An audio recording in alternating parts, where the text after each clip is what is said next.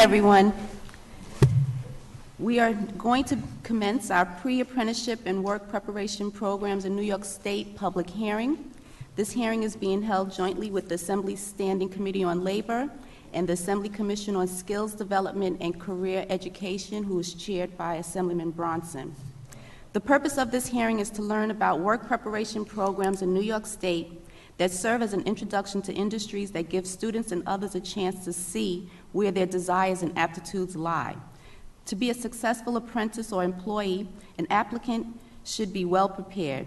In general, pre-apprenticeship and other preparation programs introduce students to the hard skills of the trade or industry, as well as teach necessary soft skills such as conflict resolution and time management.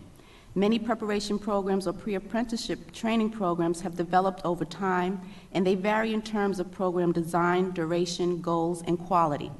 It is the New York State Assembly's intent to examine current programs to determine how to replicate and/or support successful efforts within New York State.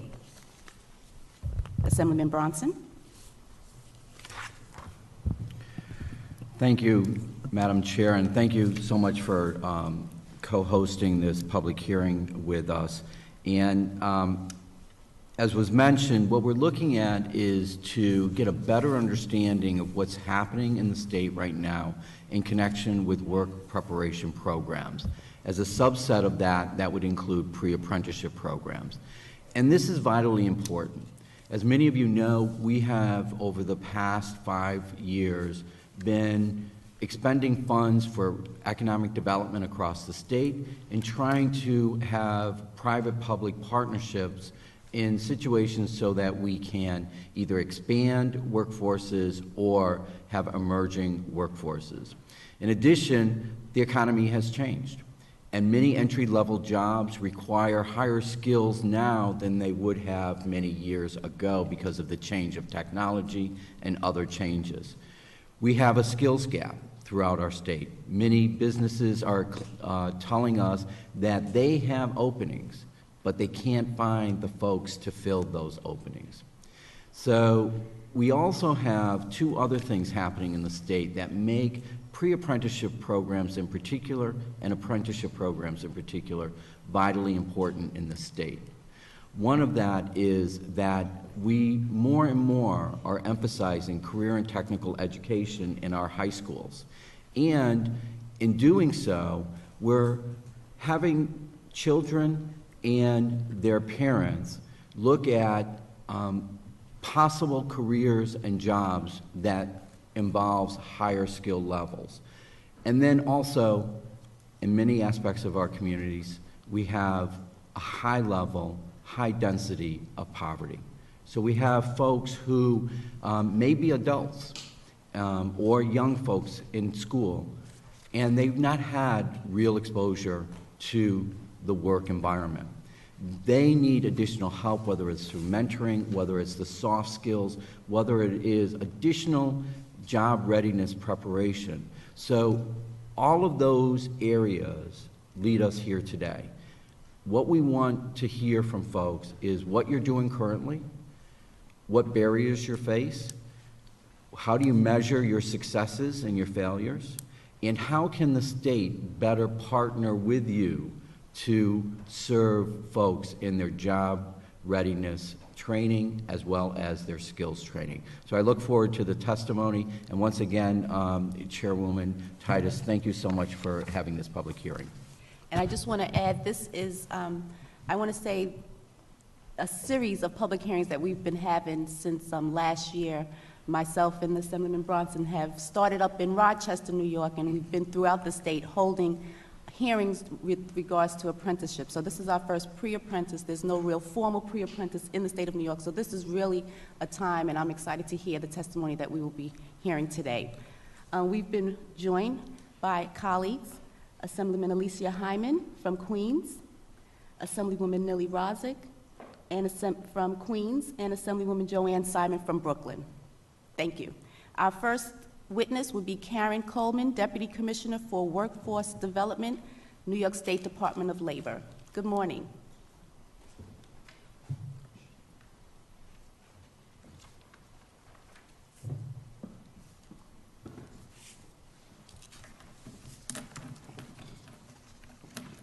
Good morning.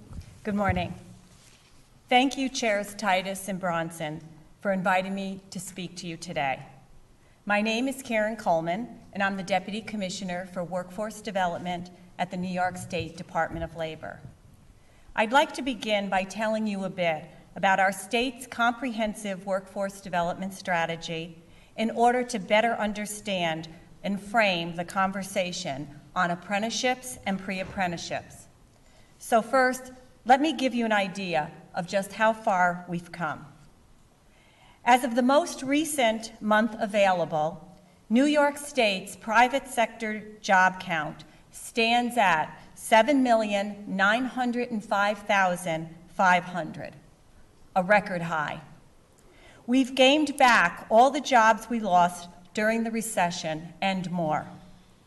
Since the beginning of Governor Andrew Cuomo's administration, New York State economy has added 811,200 private sector jobs and experienced employment growth in 56 of the past 64 months.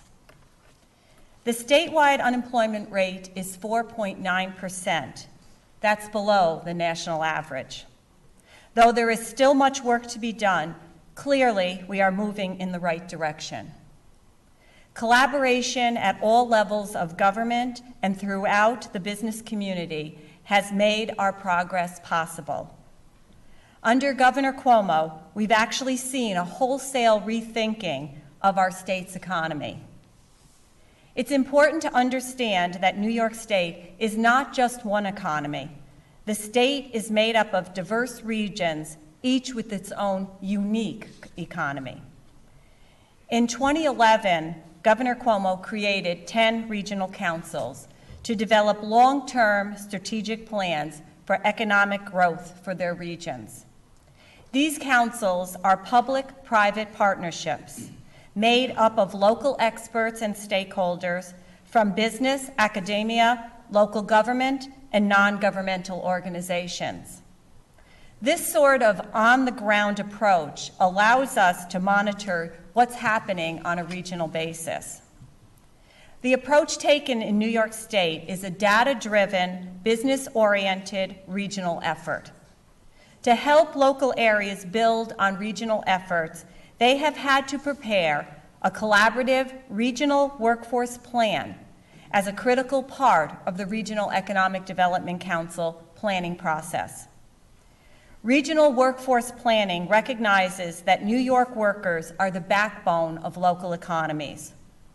By assuring that the New York State Career Center system aligns with and supports economic development strategies, workers can grow and succeed in tandem with the economies of the places they call home.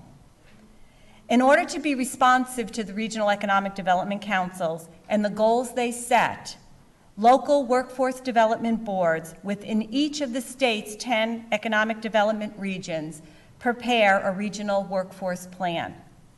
That's exactly why we've seen such success with the Regional Economic Development Councils. As economies grow and jobs are created, there's an important connection that needs to be made, and helping make it is one of the most significant roles the Department of Labor plays. Every day, the department works to connect skilled workers to businesses that are hiring and workers in need of training to the providers who can give it to them. In New York State, we measure success through the individuals served, broken down by special populations, placement of those individuals, unique hires of businesses, and referrals to businesses. Governor Cuomo and the New York State Department of Labor are committed to helping all who seek work find it. The business community has been and will continue to be an active partner in that pursuit. The Department of Labor coordinates closely with employers around the state to identify what their needs actually are. We need to be ahead of the curve when it comes to identifying what jobs are available now and what jobs are going to be available tomorrow in order to ensure that New Yorkers are ready to fill those positions. It's imperative that we stay on top of the latest trends facing growing occupations, like network systems and data communications analysts or biomedical engineers, in order to take advantage of the opportunities they provide. And it is just as important to invest in emerging sectors, which may have lower employment and growth rates today, but are projected to play a major role in our economic future. Many high-tech and clean energy occupations fall into this category, and ensuring New York has a trained workforce is vital. There's where apprenticeships and pre-apprenticeships fit in. It's long been known that apprenticeships are a sure pathway to the middle class. Apprenticeship programs combined classroom instruction and paid on-the-job training. Apprentices earn decent wages that increase as they gain more experience. They create an opportunity for people of working age to enter a new career and learn on the job while making a decent living. These programs are monitored by the New York State Department of Labor to ensure that they are offering the kind of training and direct entry to employment that New York workers deserve.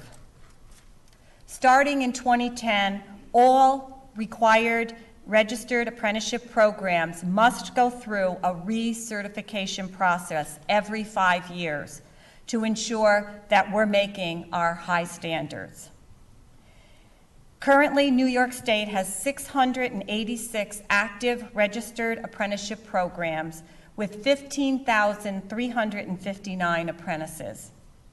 Most of these fall under the traditional trades, carpentry, milling, electrical work, and the like, but we're looking to expand apprenticeships further into other occupations, maybe some that have never even considered them before. Currently, apprenticeships exist in such occupations as chemical laboratory technicians and direct support professionals. These are the kind of jobs on the cutting edge of what's in demand in our society that can benefit from apprenticeship programs. We must encourage more employers to make apprenticeships part of their hiring and training strategies. Not only do we have to expand the industries that consider apprenticeships, we have to expand access to these programs, and pre-apprenticeship is a big piece of that puzzle. Pre-apprenticeship programs give participants the necessary training and exposure to different trades, like construction and manufacturing, as well as direct access to positions in registered apprenticeship programs. But what does pre-apprenticeship really mean? In short, these are programs that provide people with the skills they need to succeed as they enter the apprenticeship program of their choice. First, it's important to understand that sometimes individuals lack the soft skills necessary to enter the workforce. If an individual has a deficiency in a certain area, it's important we recognize that early on and ensure it doesn't become a lifelong barrier to employment. Pre-apprenticeship helps achieve that. The programs can cover some of the basic training needs of a particular industry, such as safety courses, math skills, or the use of the tools of a particular trade. They succeed in making sure that participants meet the minimum qualifications established by registered apprenticeship programs. It's an important distinction to make. Pre-apprenticeship offers an opportunity for participants to get up to speed with the necessary knowledge to become a full apprentice. The apprenticeship is where the job training occurs. Expanding access to that training and encouraging an inclusive environment is paramount. Diversity in apprenticeships and pre-apprenticeships is always a concern. Groups that currently offer apprenticeship programs have done an admirable job of working towards more inclusive programs, and the Department of Labor operates with the belief that everyone, regardless of race, religion, gender identity, and sexual orientation, deserves a fair opportunity to succeed. However, disadvantaged youth, including women and people of color, have historically been underrepresented in apprenticeship programs, leaving them without the skills or opportunities to benefit from the jobs available from state-funded projects. But we're going to change that. Governor Cuomo announced in his State of the State address that New York will lead the nation by creating the first state pre-apprenticeship program that will leverage state contracts to ensure that youth in need of work are connected with businesses in need of workers. This initiative will first recruit approximately 100 young adults between the ages of 18 and 24 and will ensure that these youth will gain direct entry into a state registered apprenticeship program with work on state-funded projects. Direct entry as a policy in pre-apprenticeships is enormously important because it gives many underserved populations, women, minorities, and veterans, for instance, access to registered apprenticeship programs. The Department of Labor approves all pre-apprenticeship programs that wish to become a direct entry provider. A list of approved direct entry programs, nearly 25 in total, that have a relationship with one or more registered apprenticeship programs can be found on our website. Additional direct entry providers can be approved once they apply to the New York State Department of Labor's Apprenticeship Division. The direct entry model is one we're looking to replicate with the state pre-apprenticeship program. By leveraging state contracts, the state pre-apprenticeship program will make sure that disadvantaged young people in need of work can find it with businesses in need of qualified workers. We're only getting started, and there's a lot of work ahead of us. We will collaborate with successful pre-apprenticeship providers so we can share best practices across the state. We must make connections and foster collaboration between pre-apprenticeship providers and registered apprenticeship programs in the respective regions. And as we must encourage the establishment of new apprenticeship programs in non-traditional and emerging industries. Ultimately, the goal is to set forth a clear pathway to a rewarding and dignified career for individuals who need it. We must continue working to ensure that New Yorkers are prepared to fill the jobs of tomorrow. Many of the people we want to reach may not be aware of the opportunities that will be opening up to them. So exhaustive outreach is of critical importance, and conversations like this one are an important first step. The Department of Labor looks forward to working with all of you going forward, and I thank you once again for extending an invitation to speak here. I'd be happy to take any questions you may have.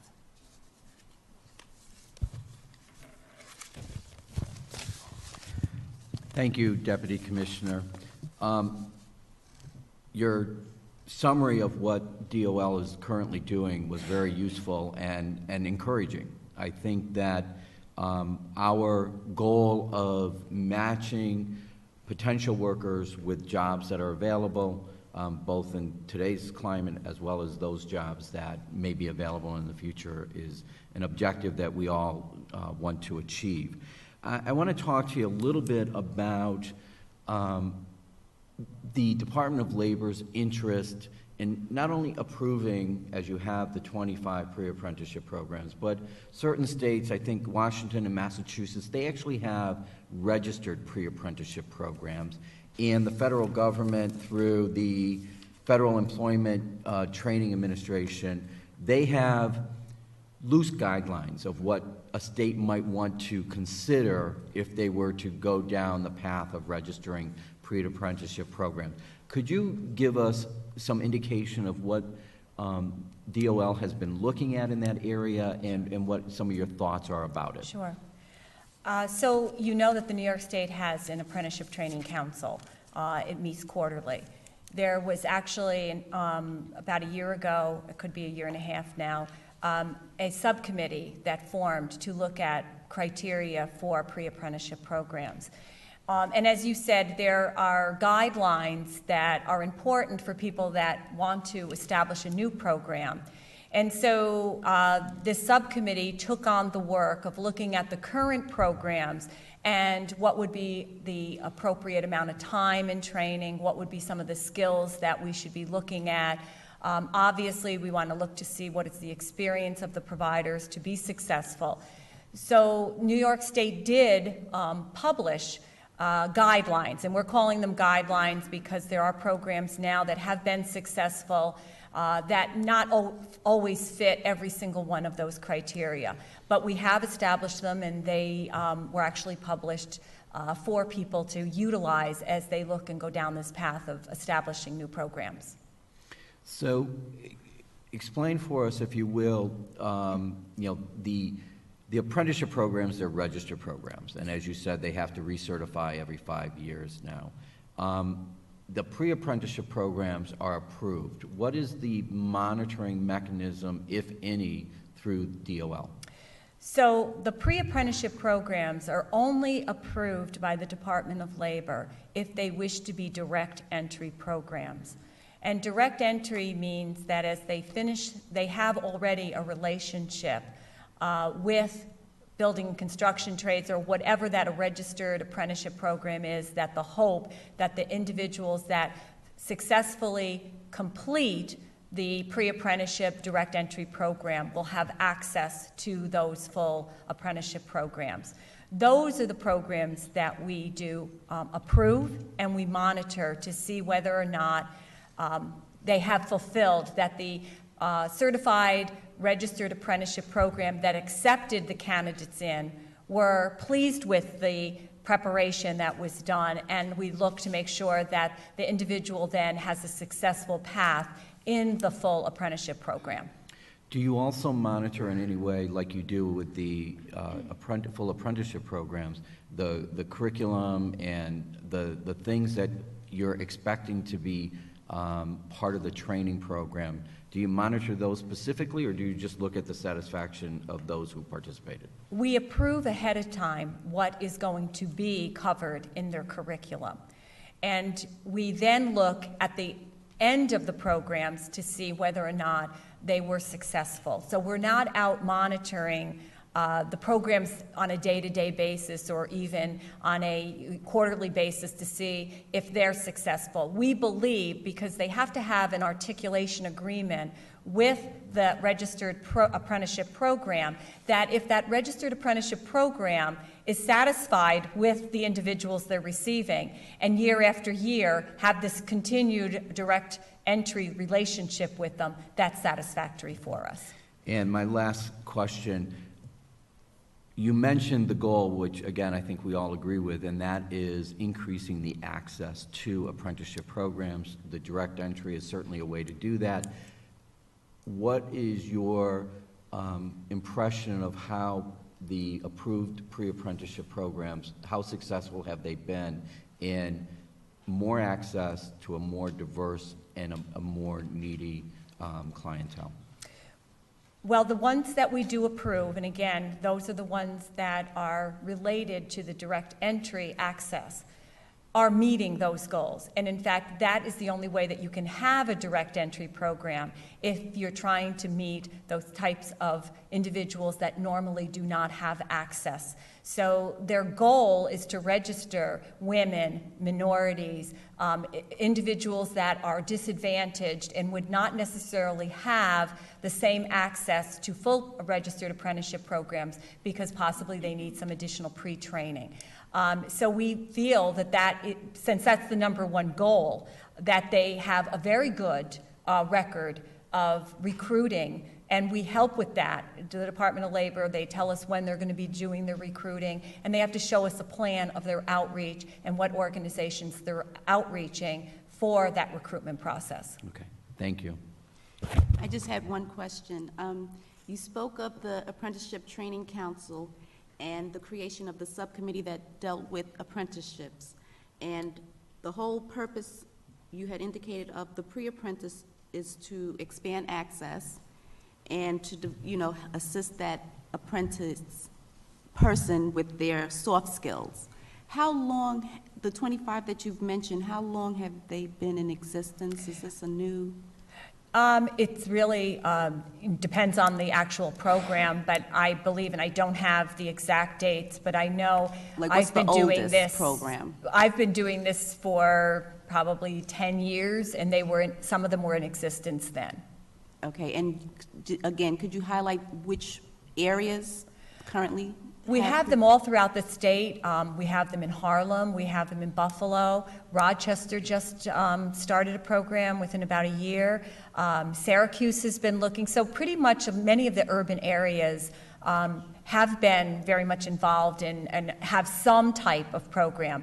We'd like to see more access, but we don't want more programs that develop and they don't have the recruitment ability of adding more apprentices. So what we don't want is to have too many pre-apprenticeship programs, people in those programs, but there's not enough openings in the full apprenticeship program. What we don't want is to give people hope that is in this preparation program, they'll have access to programs and the apprenticeship programs are not adding. So, we want to make sure that as people and programs come on, that there really is opportunity for their graduates to actually enter full apprenticeship programs. Assemblyman Dendecker. So, how many apprenticeship program spaces were there, let's say, in this year, in 2016?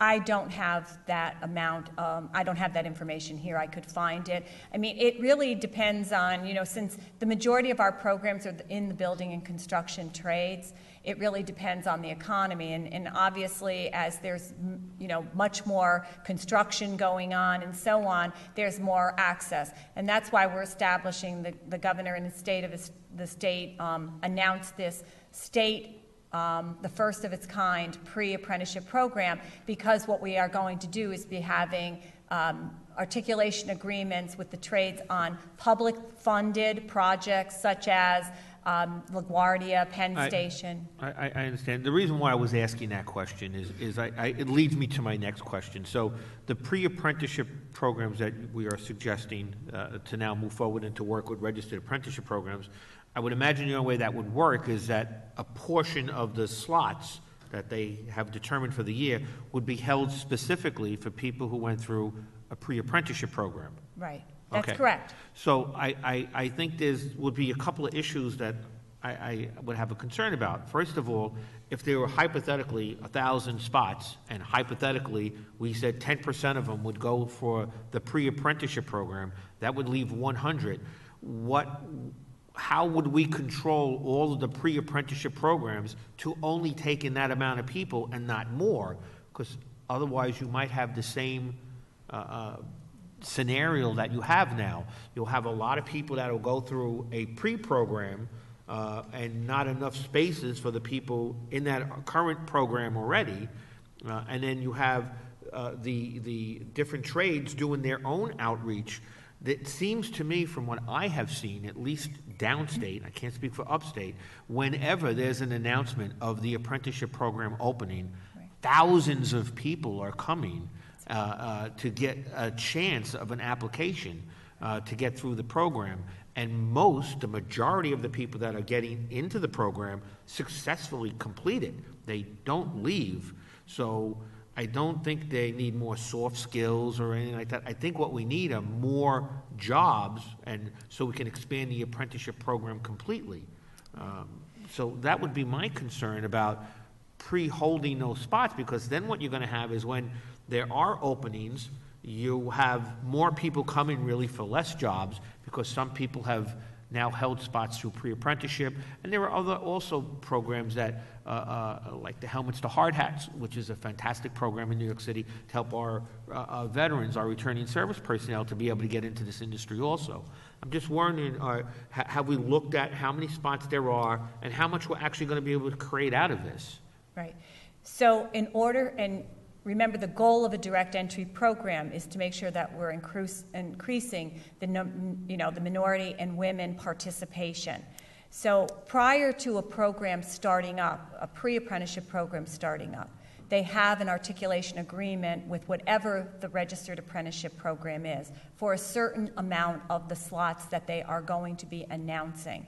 So that is how they really try to support everyone's goal of increasing access to populations that might not have it by, as you said, just announcing it, and they don't have the preparation to be successful and therefore to score in whatever the testing that the apprenticeship program might have. So the preparation is important, but it's really about ensuring that we're reaching goals of minority and women and underserved populations. And so you have to, in the apprenticeship program that will be recruiting, knows what their needs for new workers will be, and they negotiate a certain amount of those slots to those preparation programs.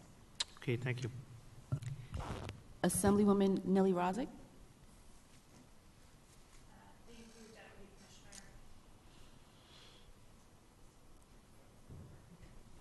Does that work? Great. So I'm going to try and stay on topic, but this might skew a little bit. In 2013, we passed legislation that revamps the wage reporting system and how it relates to the unemployment insurance. I'm wondering if you can give us an update on how that program is going. Are public agencies and local programs actually accessing the data? And more importantly, how is that new data impacting these sorts of workforce development programs, education programs, whether it's upstate or downstate, and just give us a general sense of how it's going. Well, the Department of Labor has always had access to the wage reporting data for the evaluation of our workforce programs. So we have utilized that for years, and in fact, we must have that as reporting to the U.S. Department of Labor that funds our programs. We do have many of our partners and state agencies that enter into an agreement on how they're going to be utilizing the data. We have the SUNY system now for job linkage programs. We have our local workforce development system that has used it over the years, and if they're looking at evaluation of other programs, they would enter into agreements with us. So we think that it was a very positive move to make sure that other agencies also have access to the data. But we've always used it, and it's been very helpful to us as we look at the success of the programs that we fund. Who really has gotten a job and who has really retained their jobs, which is a very important piece as well. And does it impact the pre-apprenticeship or apprenticeship programs at all? Well, we have looked, as I said before, we really look at the pre-apprenticeship programs with the success from the registered apprenticeship programs, if they're recruiting, if they're satisfied, and if they enter into a full registered apprenticeship program. And then we monitor them as they are registered apprenticeships in the registered apprenticeship program. So yes, I mean, we do look to see, are they working on jobs that are in the training that they received and so on. Okay, thanks. Okay, thank you, Deputy Commissioner. Thank you for you. your testimony. Thank you. Next, we have James Cahill, President, New York State Building and Construction Trades Council.